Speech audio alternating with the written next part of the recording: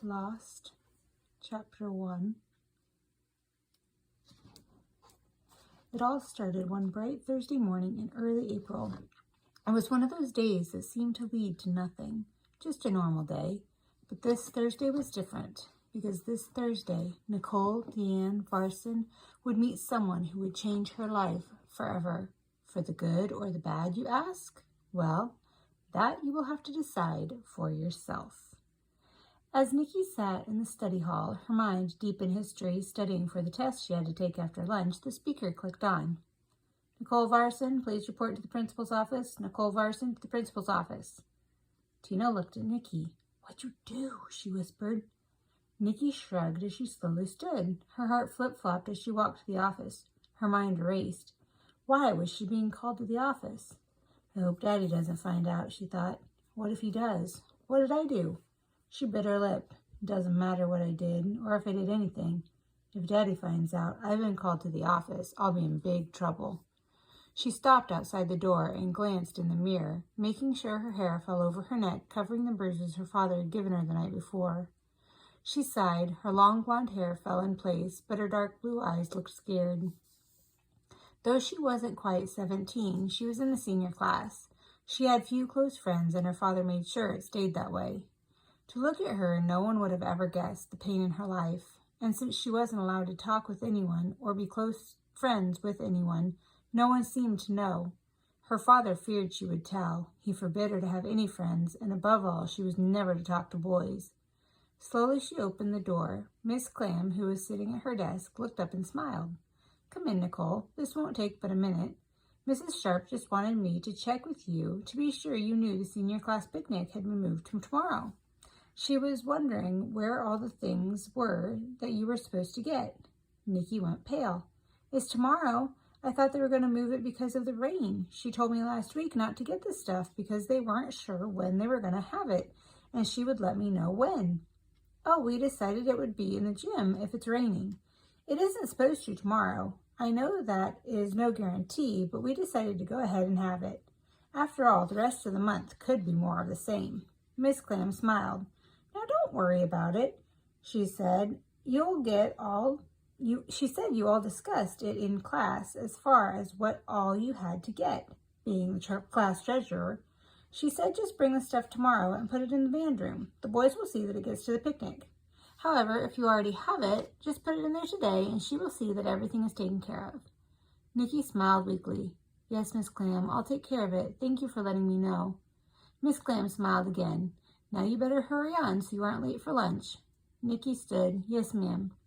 She hurried back to study hall. She sighed. Well, this is just great. Now what am I supposed to do? As the bell rang, dismissing the students to lunch, Nikki hurried out the door. If I run all the way and hurry while I'm at the store, I just might make it back without getting into trouble, she thought as she hurried off down the street. If she had to get all the supplies for the picnic tomorrow, she had to do it now. There was no way she could do it after school. Just another thing to go wrong today, Nikki muttered. How much more will? Even though she ran every step of the way, Nikki was soaked by the time she stopped at the door to the market to catch her breath. She pushed her hair back in place and took a steadying breath before going in. A bell tinkled as the door opened. The smell of fresh bread and raw meat met her, and for a moment she thought she was going to be sick, though she wasn't sure if it was from the smell or the anxiety she was feeling. Grabbing the things she needed, she hurried through the store and dumped everything onto the counter. She kept her head down, hoping Mr. Bates wouldn't recognize her. What if he told her father? That would be the worst thing that could happen. She quickly pushed that thought away. She wouldn't think of that now. She couldn't think of that now. Good afternoon. The cheerful voice startled her, and she looked up, amazed to see a young boy not much older than she. His brown hair was neatly combed, and his deep brown eyes sparkled. I wouldn't have guessed you to be old enough to be out of school yet. You wouldn't be skipping now, would you? His eyes twinkled in fun. Nikki flushed, and for one moment she thought of lying and saying that she was out of school, but she knew that would never work. She wasn't old enough to be out of school, and she looked even younger than she was. No, I had to just get some things for the class picnic tomorrow. His brown eyes seemed to laugh as he looked into her deep blue ones. Nice weather for a picnic. It's not supposed to rain tomorrow, she snapped. Then she bit her lip. If Mr. Bates caught her talking like that, he would probably tell her father how disrespectful she was. She took a deep breath. "I'm sorry," she said softly. "I'm just in a hurry. I'm going to be late back to class if I don't get going." The boy smiled and nodded as he started to ring up the stuff. "Name's Dustin," he said, looking up at her again.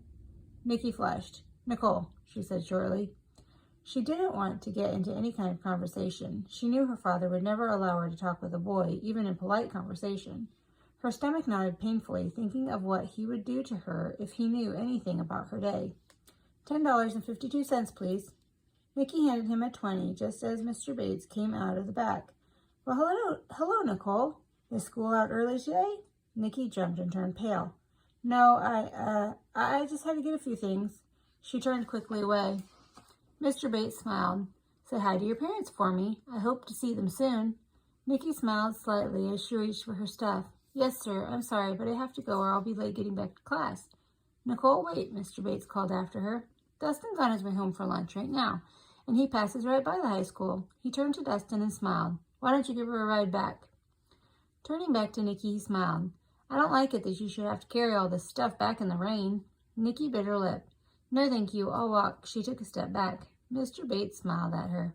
"Now, you don't need to worry about this, boy. You'll be all right. Might get sick walking all that way in the rain. Go on and let the boy help. You'll be fine. Besides, it'll be good for him." Nikki trembled as she looked from Mr. Bates to Dustin. She flushed as Dustin smiled at her. "I'd love to help." His smile was warm and friendly and made Nikki feel safe, though she didn't know why. "Okay," she finally consented, even though her stomach turned a million somersaults at once. She was afraid to say yes for fear her father would find out, but if she said no and Mr. Bates told her dad, she knew she would be in trouble for being at the store during school hours. Maybe if she did as Mr. Bates asked, he wouldn't say anything to her dad and her dad wouldn't find out about her day. "Great!" Dustin smiled as he reached out and took the bags from her. Opening the door, he motioned for her to go ahead of him out into the rain. Hesitantly, she walked out. Turning back, she waved to Mr. Bates. "Thank you." Mr. Bates smiled and waved. Dustin would be good for Nicole. Her family was too protective of her, and it wasn't good for the girl. She needed to have some friends close to her own age. Dustin was smart and attractive. He was also trustworthy and careful. He hoped Nicole and Dustin hit it off. It would be good for both of them. Mr. Bates smiled to himself again. He slipped to the window and quietly watched the two young people. Dustin led Nikki to his car, opened the door for her, and then opened the back door and deposited the bags in the back seat. "I hope Mr. Bates didn't make you too uncomfortable offering for me to give you a ride," he remarked as he climbed in. "I guess since he knows you and he knows me, he figured it would be okay. I hope you aren't too late getting back. I would hate for you to be in trouble."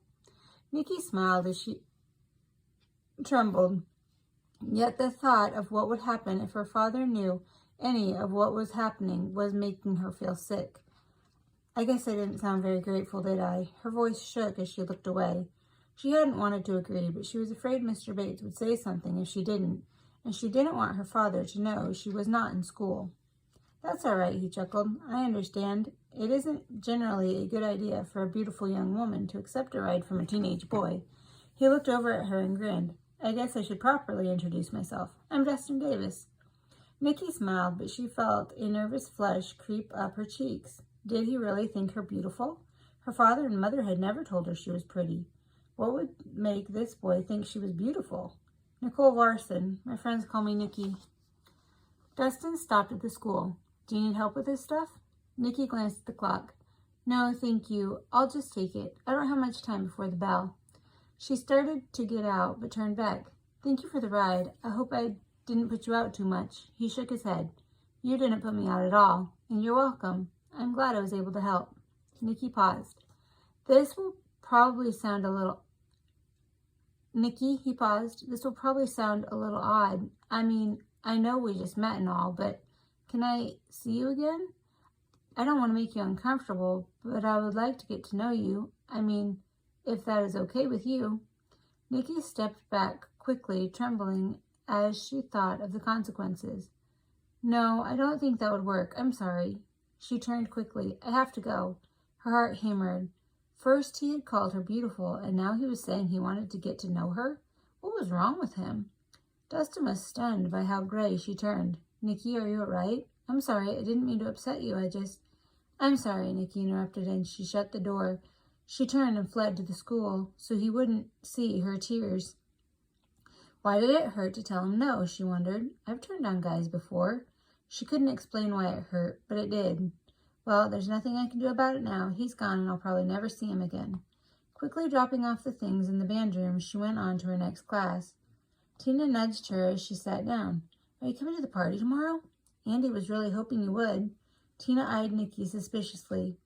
Nikki jumped as she looked at her friend. I really doubt it. I'll have to ask. Her mind whirled. Tina sighed. Nikki, please try this time. You haven't made it to any parties this year, and you keep saying you'll try. It's just going to be pizza and a movie over at Ben's house. What's the problem? Nikki turned away. It hurt to have to tell her friend no. I'll have to see, Tina. You know my dad doesn't want me to get mixed up in parties. Tina sighed. Well, please ask.